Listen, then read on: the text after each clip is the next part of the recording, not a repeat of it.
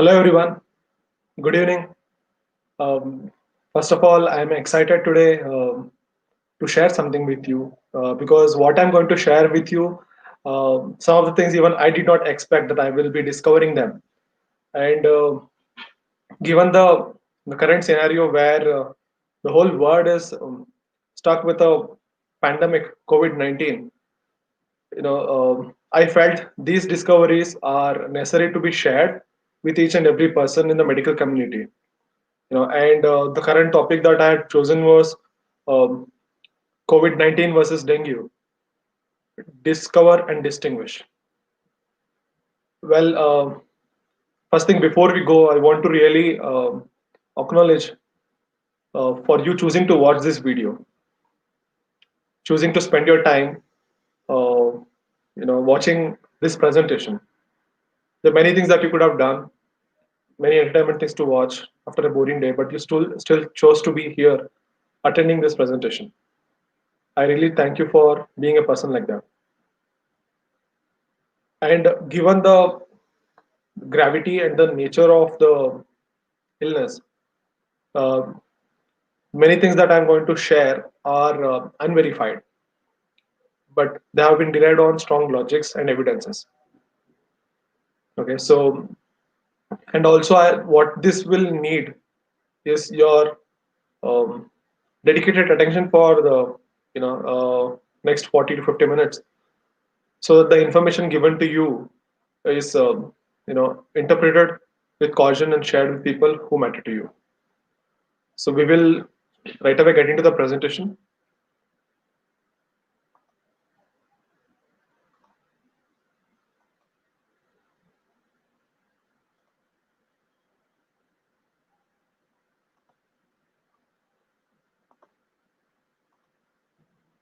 Well, first thing is there are some important things that I need to tell you before we move to the presentation. Um, as I told you, this topic that is chosen is very real and very big in magnitude. As I said, it's impacted the whole planet, right? And so when I'm sharing information like that, I need to be really responsible. So first few slides are creating a relationship so that you can use the information available in this presentation responsibly. So I'm going to go through them. This is my communication to the medical community. The information in the presentation must be cautiously and thoroughly interpreted because much more is to be known about this novel disease, COVID-19. Though the reasoning in parts of the presentation have been logically derived, they have been derived from currently available strong evidences. However, their clinical application have been largely unverified, given the lack of experience of humanity with this novel disease. In case you choose to do any work, like clinical application of the work that is derived from this presentation, research application, etc., based on the information available in the presentation, you have the permission to do so without any restriction. So I don't have any restriction over your usage of this information. Only thing I am requesting you is to use this information with caution, and your individual discretion is recommended. And given that this video is going to show up in a public platform, if the person, if you are who is watching, is a person who belongs to a non-medicine community, given that it is in the public platform, you have the permission to watch this video, but with few cautions, with few caveats. So I'm going to go through that. So this is my communication to the non-medical community. The information in the presentation must be cautiously and thoroughly interpreted because much more is to be known about this novel disease, COVID-19. Given the nature of the presentation, some aspects of the presentation may not be understandable for a non-medical person. Advisable to leave any management related decisions to your clinician's discretion, as they will be in a better position to guide you. You shall not use the information available in the presentation, in this presentation, to dictate directions to your physician. Well, uh, thank you for patiently waiting for the presentation to begin. So now we will get into the actual presentation. So first thing is the topic COVID-19 versus dengue. Why should we choose this topic? Is this something which is really necessary? Is it so difficult that we need a 40 to 50 minutes presentation to know something about this? Well, the next few slides will make it clear for you whether this is a required presentation, and it will answer some of the other questions that you may have. Dengue virus and the virus that causes COVID-19 can cause similar symptoms in the early stages. If not distinguished, almost each patient with a 3-day fever would need to undergo a test for dengue and another for SARS-CoV-2 virus, which causes COVID-19. Since initial clinical presentation is similar, which is high fever, one would be ignored at the expense of the other, complicating the scenario. Co-occurrence may increase the number of patients requiring intensive care and mechanical ventilation. There is also a reported risk of false positive dengue testing using serological approaches that have later resulted in delayed molecular diagnosis of SARS-CoV-2 infection. Well, when I started doing the work, I could see that these were the evidences based on science that were available in the platform. You know, but still, if you are still thinking like, is this still topic relevant to India, or to a place where you live in any aspect of the world? Is this topic really relevant to you? Okay, if you still have that question, so this was a theory which was proposed, and some people who experienced the impact they shared. Given the see, dengue has been affecting the world population. It's an ancient virus. It has been affecting the world population since years and years. A lot has been studied about it, but still, year after year, many tropical countries deal with this infection load. And still, a person not powerfully, present for the community to deal with this. Now, adding to that, this pandemic, this double strike, it will not be sustainable by most of the governments and most of the available infrastructure. Okay, so this makes the current presentation highly relevant. If you're still not convinced, we can go to the next presentations, next slides, which will tell you and share a little bit more light. A simple, a Google search versus dengue versus COVID, you will find, other evidences. This is the place where I belong to, Karnataka. Dengue cases rise, some patients turning COVID. So you see the headlines, and it is on July this year. We are just one to 1.5 months ahead of this date. It was like a prediction, right? And currently, corona dengue virus combination will be fatal for Indians. Season of two viruses. Scientists worried. Co-infections are Bengal's new challenge. Infrastructure won't be able to cope with this double whammy. Blood clots, dengue prevents them by causing bleeding. Treatment is tricky. Okay. So you saw like some of the parts of India, especially in the background of monsoon and dengue season, is already facing this impact. So this is a time to verify and find some differences so that we can distinguish these two viral infections, so that we can powerfully treat patients together.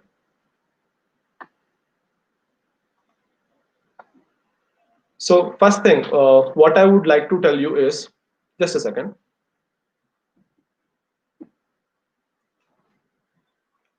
First thing I would like to tell you is, um, what you will not be receiving in this presentation, what you will not be bored by in this presentation, is the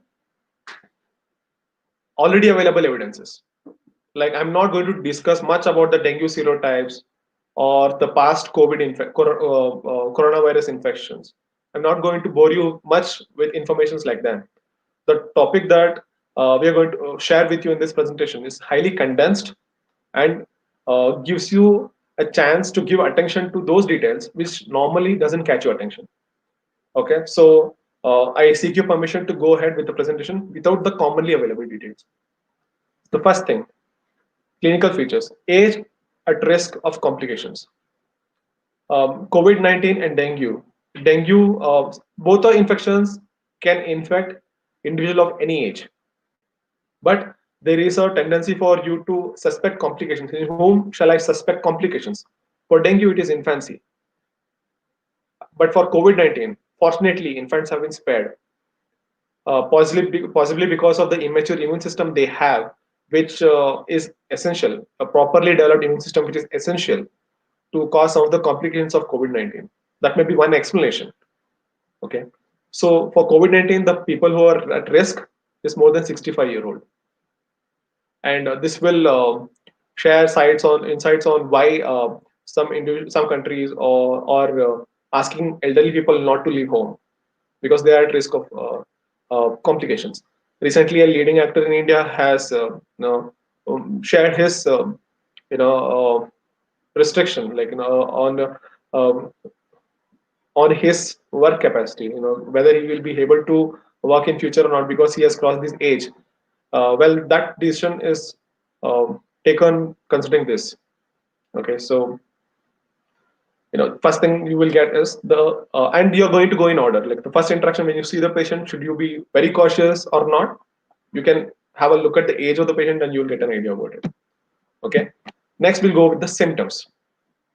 Well, dengue, as per clinically, it's defined, dengue fever is defined, and this is the criteria that is there to define a fever clinically. Like if you want to make a clinical diagnosis of dengue, this is what you're going to use: fever with two or more of the following features. And I used to call dengue with a mnemonic. It's a fever with harm. Okay, so H for headache, A for arthralgia, R for retroorbital pain, M for myalgia. This is how you would clinically diagnose a dengue. Now, how can we use this to distinguish it from COVID-19? Well, first thing is, here it is fever with the rest of the thing. Well, for COVID-19, it's fever, and it could be fever or chills. In fact, some patients with COVID-19 may present you without fever.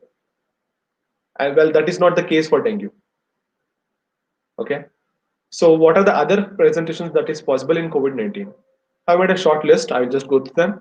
Cough, shortness of breath or difficulty in breathing, new loss of taste or smell. So please get it. It's new loss of taste or smell. So even at the level of history, when you ask him the duration of loss of taste and smell, a unsuspecting innocent patient who just saw news will give this complaint. But if you ask the duration, maybe you will get a sense of whether it really is a new onset one or an old complaint which the patient is mistaken to be of COVID-19. Sore throat, congestion or runny nose, bluish lips or face, headache. Okay, so what you can see here, if you want to take one detail out of this, that would be here: dengue is fever with other presentations, but COVID-19 fever, or it is possible to have other presentations without fever. Well, next thing, within these symptoms, we can discover a little more. So if you go by that, fever, given that the dengue has been there for years and years, a lot of research has been done. Fortunately, we have some details about dengue which will help us to distinguish it from COVID-19. But about fever, about COVID-19, not much is known. We have less than 1 year experience with this disease, and it's fair that we don't really have some conclusive details like this is what is going to happen. So we can clearly and humbly say that not much is known about fever caused due to COVID-19.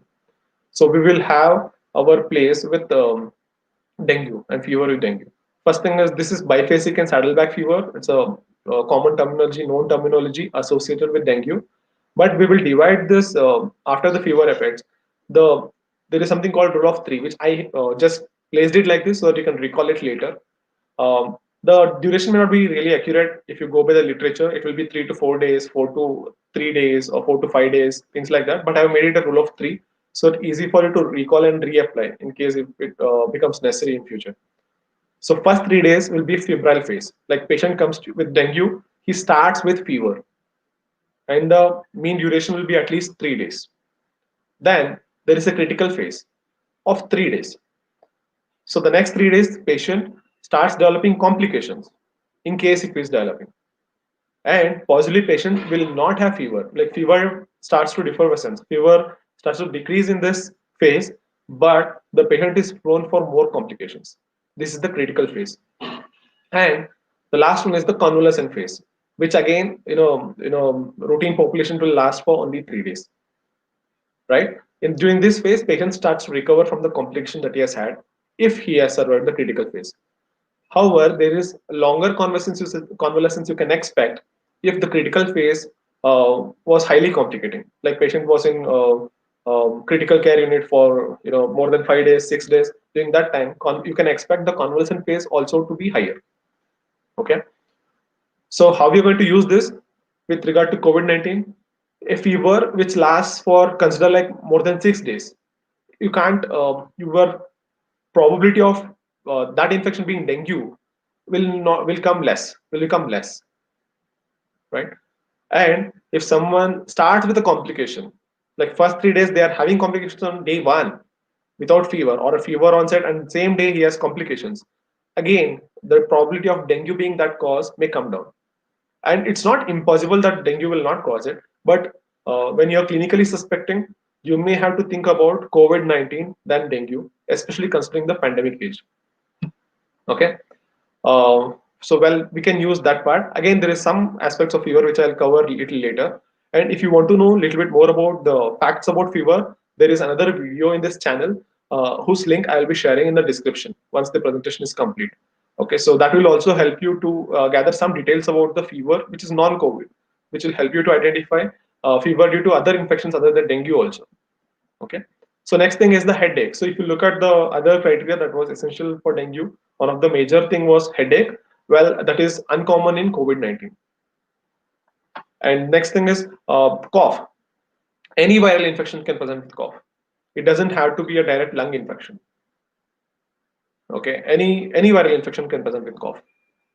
But here the probability of cough, the percentage given is 76% for COVID-19 and 21% for dengue.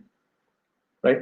You don't have to remember the exact percentage, but you know which way you need to keep the balance, right? When a patient presenting with cough and fever. And next thing we are going for is diarrhea. It is possible for a COVID-19 patient to present with diarrhea at the first place, like the first complaint being diarrhea. For dengue, diarrhea as a solitary clinical finding of dengue infection has never been reported. Well, these are the words which were in the article. So, and I'm going to share the evidences of the article again in the description box. But I choose to continue, though I may not agree fully, but I chose to continue with this word has never been reported. So it is possible that it was never reported, but it is possible that it occurred and was never reported also, right? But I still chose to go ahead with this word never, because that will really give you a sense to like when to really think less about dengue. Someone who just presented with diarrhea and no fever, well, you can directly go for COVID-19, high suspicion for COVID-19 than for dengue, when you're suspecting either one of these. Next one, abdomen pain, vomiting, and nausea seen in COVID-19, but it's less common. Whereas in dengue, these are some of the danger signs in dengue. Okay, and it is very common in dengue, especially in the critical phases. Okay, so we're going to the next slide. Again, the timing of complications. Dengue, as I said, the complications begins in the second third, fourth to sixth days. That's the critical phase. For COVID-19, based on the currently available data, patient develops breathlessness, which is the worsening sign, a warning sign for the physician on an average on eighth day, and the condition progresses rapidly within the next day. You can see the number here. Dyspnea is the subjective sensation. Patient says, I'm dyspneic, I'm breathless on day 8. And you may start making a diagnosis of ARDS, which is not classical. May not have all the presentation of ARDS, but a picture which is close enough to be called as ARDS, you may diagnose it on the 9th day. So that you see the rapid progression. Here, dengue gives you a 2 to 3 days duration before going to the critical phase. But for COVID-19, once the symptoms show up, especially breathlessness, then you may not have much time, before that go untreated, it goes into a highly critical phase. Like these are the warning signs. I have put this on slide. All the slides you can take a screenshot and you can use it when it's required. um, I'm going to just go through them. For COVID-19, the warning signs are difficulty in breathing, persistent pain or pressure in the chest, new confusion, inability to wake or stay awake, bluish lips or face. Forgive me for this aberration here.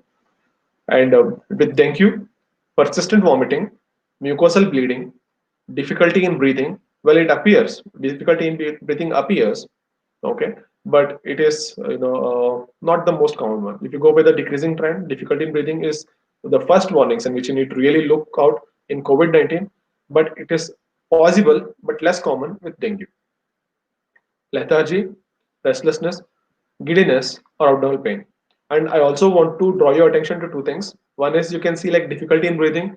Here you can predict that the organ which is giving a warning sign is the lung. Persistent vomiting, abdominal pain here. Most deaths due to dengue happen due to liver failure or liver impact on the liver. So these things is necessary for you to distinguish some more basic concepts. So lung for COVID-19, liver for dengue. Next is the clinical signs. So once the patient complaints are done, if you couldn't distinguish, then you're going to go for the clinical signs. And here, let's start with the basic again. For dengue, the clinical manifestation of vasculopathy or coagulopathy, that's what you're going to look for. Well, I will tell you the pathophysiology behind it, but we are just getting a start. So here the blood vessels, they are actually impacted, and the coagulation status of the body in that individual, that is getting impacted. So your clinical manifestations are going to be based on that. For COVID-19, the clinical manifestation is of local macrophage activation syndrome in the lungs. Okay, and that will lead to pulmonary microthrombi. So this is, and you're going to expect signs based on this. So let's go to the next part, which is just an extension of it.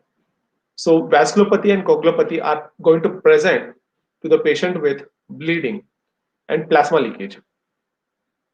With COVID-19, it would start with clotting.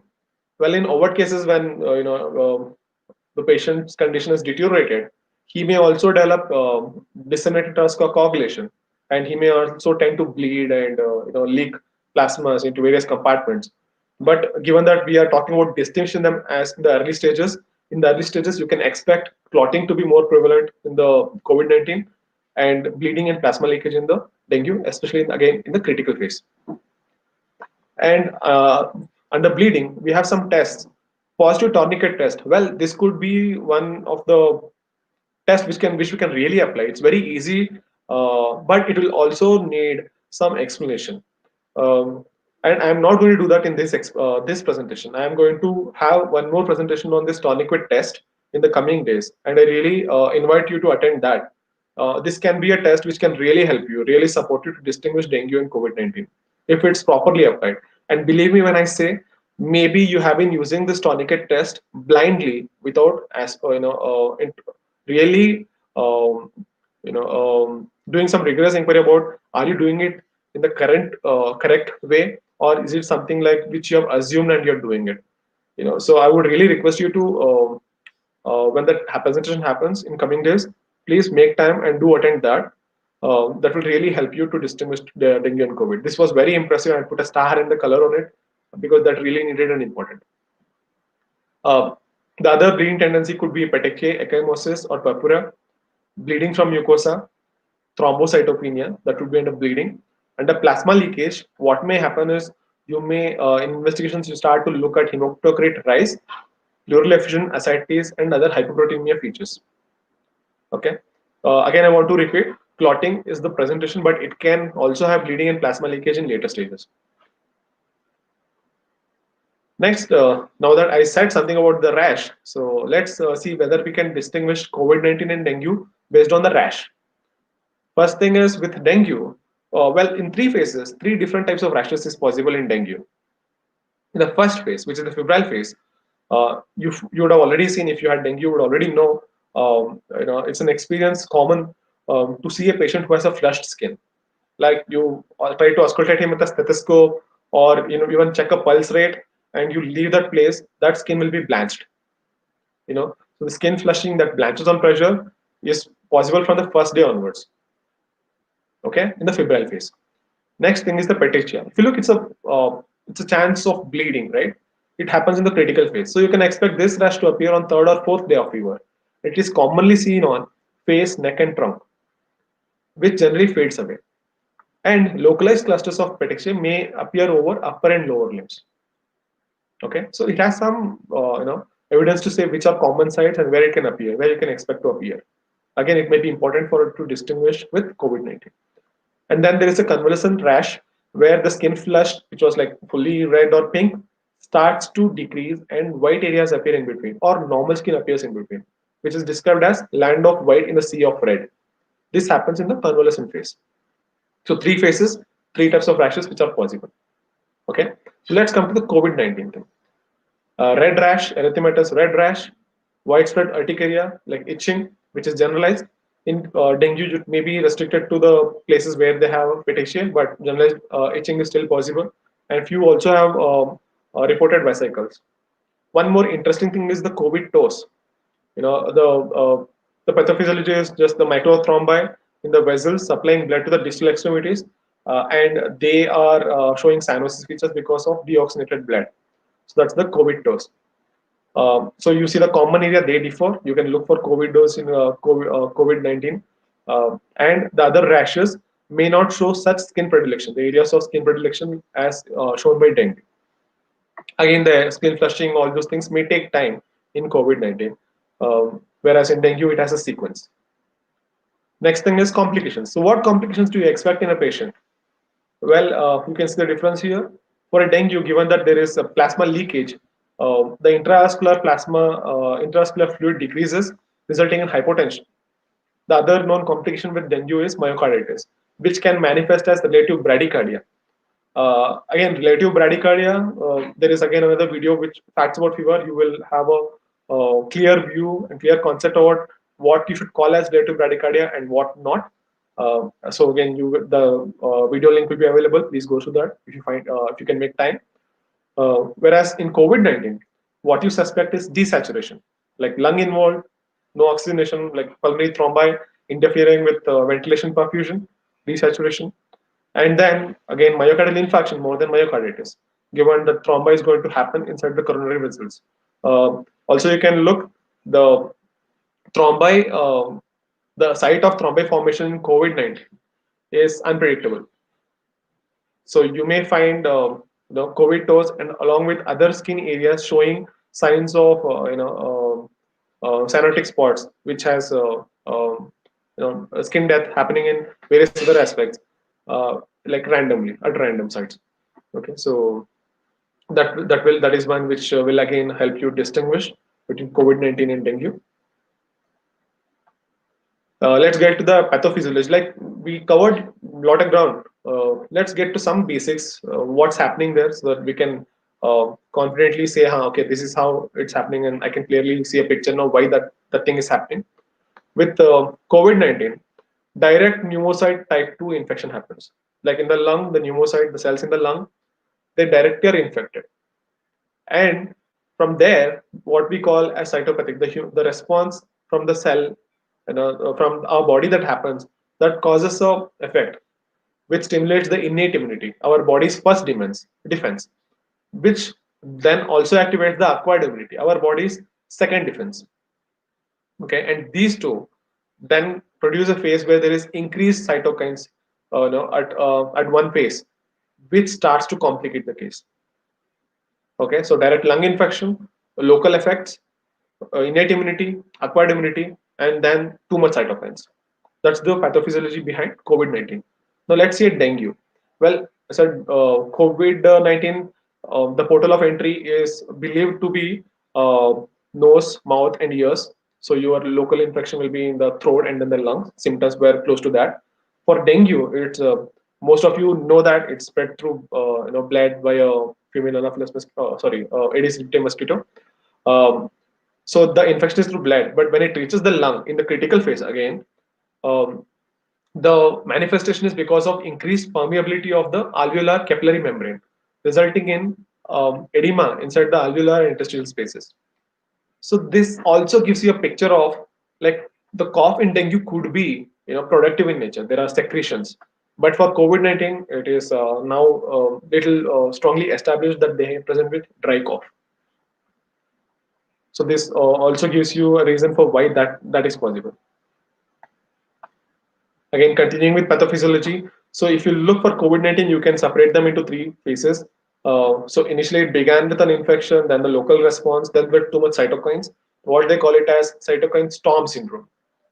And then there are real manifestations of the lung. See, manifestations are happening all over the body, but you don't die when there is a clot in the finger, right? But when there is a clot in the lung, then there is too much impact on the body in your oxygenation, and that's what is going to cause distress. Okay, so the next phase which will become evident is acute respiratory distress syndrome, which is non-classical, because here the overall pathophysiology is happening mostly in the form of microthrombi inside the pulmonary vessels. Though the infection is happening in the alveolar 2 pneumocytes, the manifestations of it are closely in the pulmonary vessels, the microthrombi. So you may not get a classical picture of ARDS, and finally leading to endothelial dysfunction. Well, in fact, both of them lead to endothelial dysfunction. But these three phases now we have covered for COVID-19. Let's see what happens in dengue. First thing is cytokine storm is not a recently known word. It has been known for many decades. Uh, but cytokine tsunami is the other word which is more consistently used with dengue. Cytokine storm also have been used, but I've chosen the word cytokine tsunami to create little differentiation. Here, first thing is it happens in the second phase, mostly in the critical phase. So fever for 3 days, and in the critical phase, that's when it's going to happen. Or patient may give you strong evidence, which is the past infection with dengue. In that patient, you may expect the complications even earlier. Okay, so the reason for that is given here. Recover, like patient was infected with, there are 4 dengue serotypes. Consider the patient was infected with 1 serotype. Recovery from first infection. If we recover from that infection, it confers a lifelong immunity to the respective serotype only. A second infection with other serotype can be more severe and lethal than the first one. The reason for that is this antibody dependent enhancement. So the memory that is there in your body about the past infection and its preparedness mostly does good with many infections, but with regard to dengue there is cross reaction happening, which complicates the picture in case there is a second infection. That helps viral entry at a higher pace and rapid pace, and helps it expand its manifestations if there is a previous infection in dengue. And so other pathophysiology, as we discussed, there is vasculopathy, the vessels are affected, and coagulopathy, the coagulation system in your body is affected. And one more, with coagulation, too much of platelets can be consumed, causing thrombocytopenia. But there is also a direct platelet destruction that is possible in dengue infection. Well, I will tell you about that in the next coming slides. Uh, well, as it was, it has been established with dengue, there is antibody-dependent enhancement of the future infections. Well, the worrying picture is experimentally, with at least past experience with the coronavirus infections like MERS and SARS, the antibody enhancement has been experimentally shown to exist even for coronavirus. So someone who is looking at vaccines and past infections with MERS and SARS-CoV, it may not be a good picture to know. Okay. Well, currently this is the evidence which is theoretically available. I hope that clinically there is a difference and doesn't manifest in true state. But currently, it's just to bring to your information that experimentally, antibody-dependent enhancement is also seen with COVID-19. So a past infection of coronavirus is a risk to have a new infection. So we are going to the laboratory evidences. So we dealt with the symptoms, we dealt with the clinical picture, what you're going to see and initial predictions. Let's go to the laboratory evidence. Fortunate and little good news is that we have tests to test them. For a dengue, there is non-ELISA and ELISA-based test. I'm not going to go fully in detail. This slide, you can have it with you and use it for future reference. ELISA-based ones confirm it. Non-ELISA-based ones just tell you whether it's probable or not.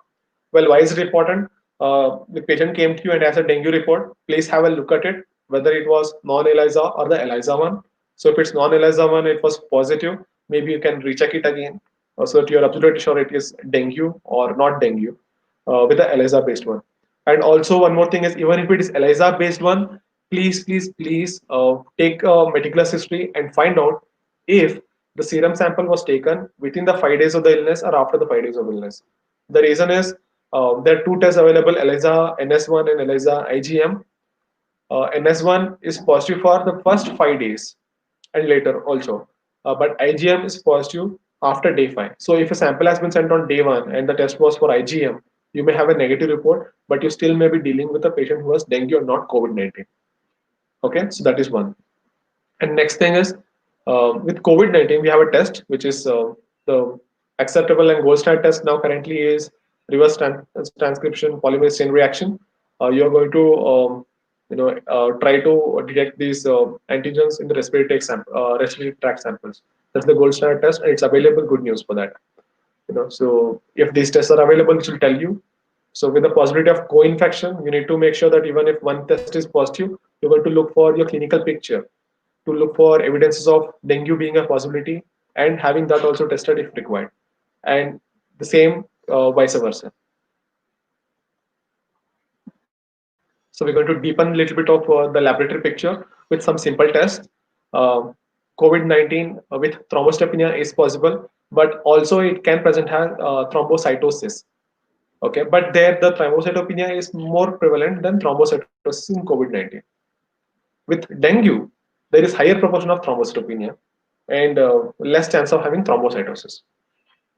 Okay, so if a patient has a fever and his picture is thrombocytosis, your balance, what you're going to look for is mostly COVID-19. But if the patient has thrombocytopenia, what you're going to look for is most possibly dengue first and then COVID-19 next. And also don't forget, the patient can start to have bleeding manifestations in dengue without thrombocytopenia, because it can also cause platelet dysfunction, where the number is good, but the function capacity of the platelets have been drastically decreased. And the cause for platelet decrease, here it is peripheral destruction and aggregation. Mostly in dengue, it is the peripheral one. In COVID-19, it is destruction, consumption, and inhibition. So something called as consumption coagulopathy, which is with DIC. We'll talk in the next coming slide. Next, we are going to go for lymphopenia. So lymphopenia and leukopenia, um, you may have to now, when you're suspecting these two infections, go beyond just the leukocytosis or leukopenia. So you got to identify the differential count and see, is there any decrease in lymphopenia and leukopenia. Why is it important? Both in COVID-19 and dengue, lymphopenia predicts a severe course. Okay, so if there is leukopenia but lymphocytes were retained, so you still have a better prognosis with infections. But if there's lymphopenia, then you should be gearing up for patient worsening. Then there is leukopenia. Proportion of leukopenia is not much different from dengue. So the evidence of leukopenia with dengue or COVID-19, you don't have much to do with the proportion. Equal number of people with dengue and COVID-19 can present with leukopenia. But there are some things with dengue which will help you to again tip the balance towards dengue. First thing is, leukocyte reaches its nadir. So if you look at the blood count and you are tracking them, it reaches its nadir, the lowest, at 5th or 6th day, which is falls in the middle of the critical phase after fever onset. But in COVID-19, it cannot be the same. Patient may present to you with fever on day 1. He may have a platelet count, which is the nadir. It picks up the next day or whatever, right? But this gives you a chance of interpreting this result better. One more interesting thing that I want to tell you is the leukopenia that is happening here, especially in dengue, which is established. It's a protective response of the body. The body which has a mechanism to eliminate the infected cells. So what your body is trying to do is protect those stem cells from getting infected. Like they multiply and get infected, your marrow is going to have collateral damage with inflammation. To reduce that, the body has a protective response to decrease the leukocyte production in the marrow itself, so that there are not much cells to get infected and not much cells to elicit inflammation and damage to the marrow. So that is one interesting thing which you may like. Next thing to do with the coagulopathy. Both dengue and COVID-19 have coagulopathy established. One is with bleeding, other one is clotting. We just ran through that slide. So let's look at the this picture in detail. First, I would start with disseminated intravascular coagulation and dengue. So if you look the infection site, the portal of entry was the bloodstream. So directly the whole blood is infected. Like the whole blood comes into contact with the infective agent. So you have a disseminated picture, disseminated intravascular coagulation. All the complications can happen all over the body. Cytokine tsunami is thought to be generated from a sequential release of cytokines. So one more difference in the worsening phase, as you saw in dengue, day 1 to day 3 is febrile only. Complications start the later phase when there are cytokines. The body has responded highly well, right? When that is happening, so there is progressive increase, like a tsunami hitting, like one wave after that, and then there is a huge impact, right? So this you can see for the sequential worsening in dengue. Whereas in COVID-19, it is pulmonary intravascular coagulopathy, not disseminated, starts as a pulmonary intravascular coagulopathy, where again there is local macrophage activation, thrombin generation, and fibrin deposition. Like pulmonary vessels start to have multiple thrombi interfering with oxygenation. And in both cases, your body has a mechanism like once the clot is formed, the mechanism to break the clot, the fibrinolytic activity also begins, both in dengue and COVID-19. And that also utilized as in the next row. You will see that that also is utilized to distinguish dengue and COVID-19. But you need to get when the clotting happens, even the fibrinolytic activity to break the clot that also sets in. But in dengue, it sets in at the beginning of it. With pulmonary coagulopathy, it takes time. When the infection that was localized in the cytopathic effect that were localized to lung, when that spills over to the blood, that's when you can expect a highly fibrinolytic activity, um, um, which can be detected in the blood levels. So the initial presentation of prothrombin time, all those which will be in the next row, will be more pronounced in dengue at the earliest. In COVID-19, it will take time for that to alter. So the fibrinolytic activity is there, and if you look at the lung itself, there is thrombi and the fibrinolytic activity. Even the thrombi is high and the fibrinolytic activity is also high. But what takes over is the thrombi. So it's failing. Though the vigorous fibrinolytic activity is there in the lung, it is failing, resulting in the spillover of thrombi outside the lungs also, which in later stages can become disseminated intravascular coagulation. But given that we are trying to distinguish in the earlier phases, this will be supportive in doing that. Next, we are going to see like how to use this coagulopathy mechanism in trying to differentiate it in the test that we use. See, both will prolong prothrombin time and activated partial thromboplastin time. Both things. PT prothrombin time is a marker for extrinsic pathway. APTT is a marker for intrinsic pathway of the coagulation cascade. Well, we are not discussing coagulation cascade today, but both the things can be prolonged in both COVID-19 and dengue infections. Okay. And the factors that are causing this in dengue is directly you can say secondary to liver involvement. Remember, I said in dengue the most deaths happen, most complications happen because of liver involvement. Well, so you need to look at this again. So you now know that prolonged PT and APT is possible in COVID-19, but it will take time. But till the liver is impacted, so you will have simultaneous liver infections, the enzymes which are normal, slowly rising, and that's what's altering prolonged PT and APT. But with dengue, it may be the initial presentation. Like in the critical phase, there is prolonged PT, APDT, and liver enzymes elevated. Okay, the spillover from lung to liver and other elsewhere. Here directly liver and then elsewhere. Next, this is one which really we can take advantage of. In dengue, the fibrinogen concentration is within normal or decreases because this fibrinogen is synthesized in liver. So liver directly impacted, fibrinogen synthesis decreases. So even though the acute phase reaction tends to increase fibrinogen activity, the concentration will remain in normal range or decrease with dengue. Well, whereas with COVID-19, the fibrinogen activity is significantly increased. So you will, because in the initial stages, the liver is now actually normal and functional and synthesizing more fibrinogen. That will result in increased fibrinogen in the peripheral blood. So you can use this in the initial stages to identify a dengue COVID-19 infection to see like what is taking over in that patient. Just a second. Okay. Excuse me for that. Uh, Next thing is when the DIC sets in, again it may decrease. This is what I have told again. And the other thing which are being currently used in common is the fibrin degradation product elevation. D-dimer is one such example of a fibrin degradation product. So clot was formed, fibrinolytic activity sets in, it starts breaking the clots and produces other products. They are called as fibrin degradation products. They are evidence for freshly happening clots in the body and which are seen both in COVID-19 and dengue. Okay, so among the coagulation profile, what you can now look at is the timing of the prolongation of PAT and APDT. Currently, strong evidence which we can use is the fibrinogen activity, whether it is high, normal, or low. D-dimer, well, it is there in both, so it may not be of much help in distinguishing COVID-19 versus dengue. Well, I have this habit of using the filler, and so please, if you are getting distracted by that, I request you to not to be distracted by that, and please have continued attention for a few more slides. We are nearing the end of the presentation. With COVID-19, the treatment. So if you're looking like why should we really distinguish COVID-19 and dengue? Well, we need not have done this if the management was same for any viral infections, like what we say as supportive. But given currently the treatment varies, so it is of utmost importance that we get to distinguish dengue from the other infections like COVID-19.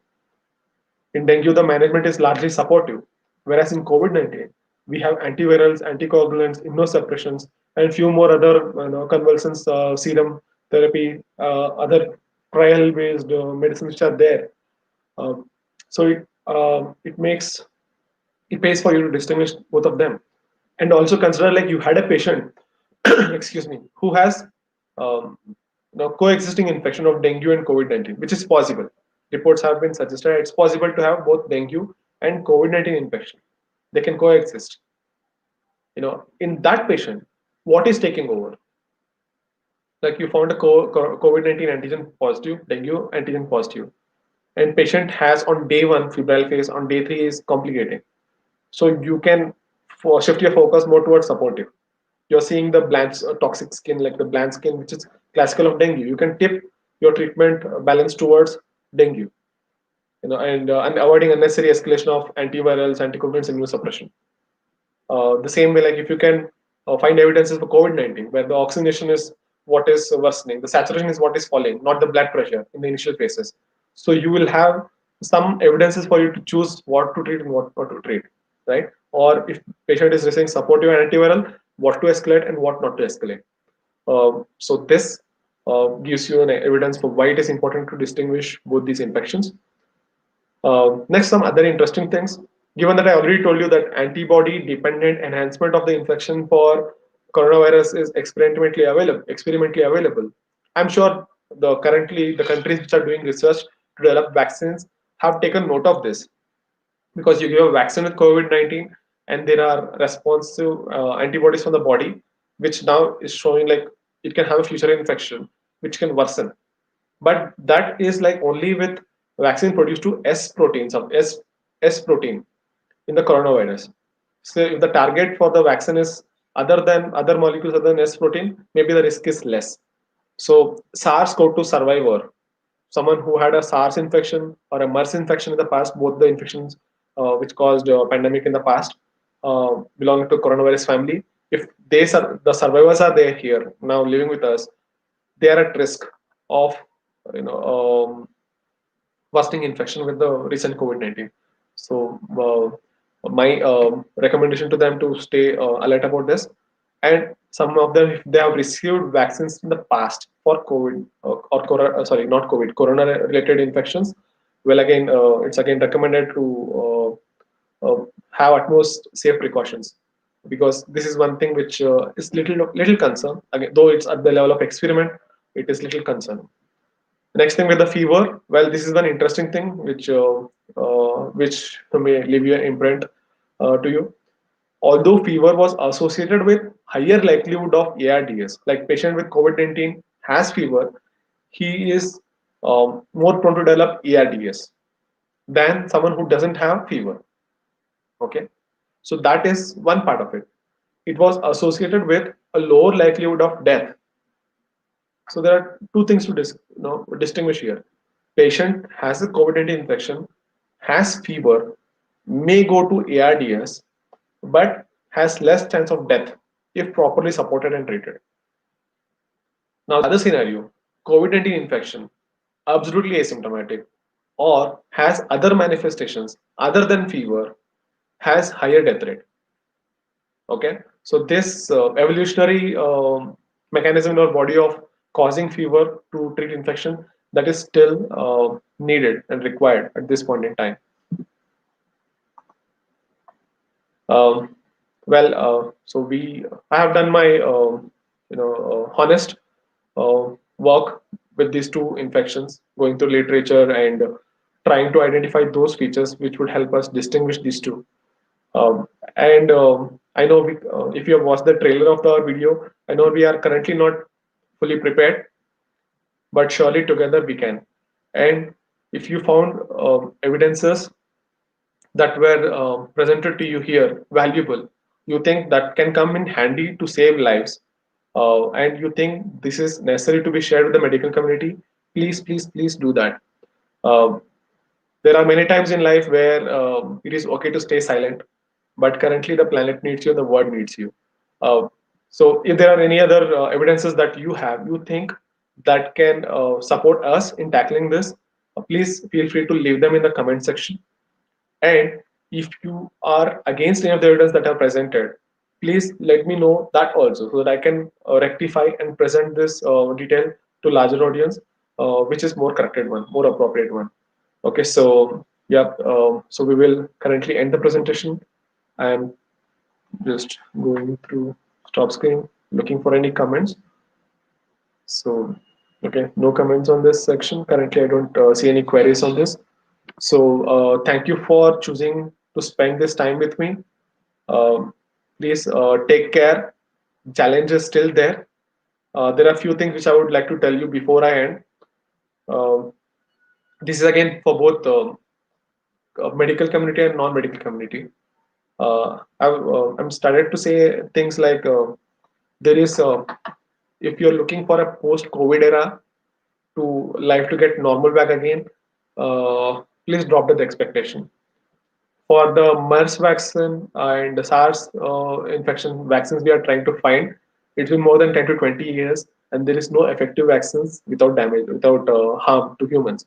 Okay, but I'm not saying, oh, now forget there's no vaccine. It is possible with advances and with our commitment, we can definitely develop a vaccine. But I'm saying this to let you know the magnitude of the challenge we have, and together we can really overcome this one. I'm really confident about that. With you and us together, we can definitely overcome that. Okay, so be responsible, keep yourself safe, keep your people around you safe, try to share information which is evidence based, try to share information which will not create panic for you, for your family and people around you. um, okay, so thank you, and thank you for giving me this opportunity. Take care, bye.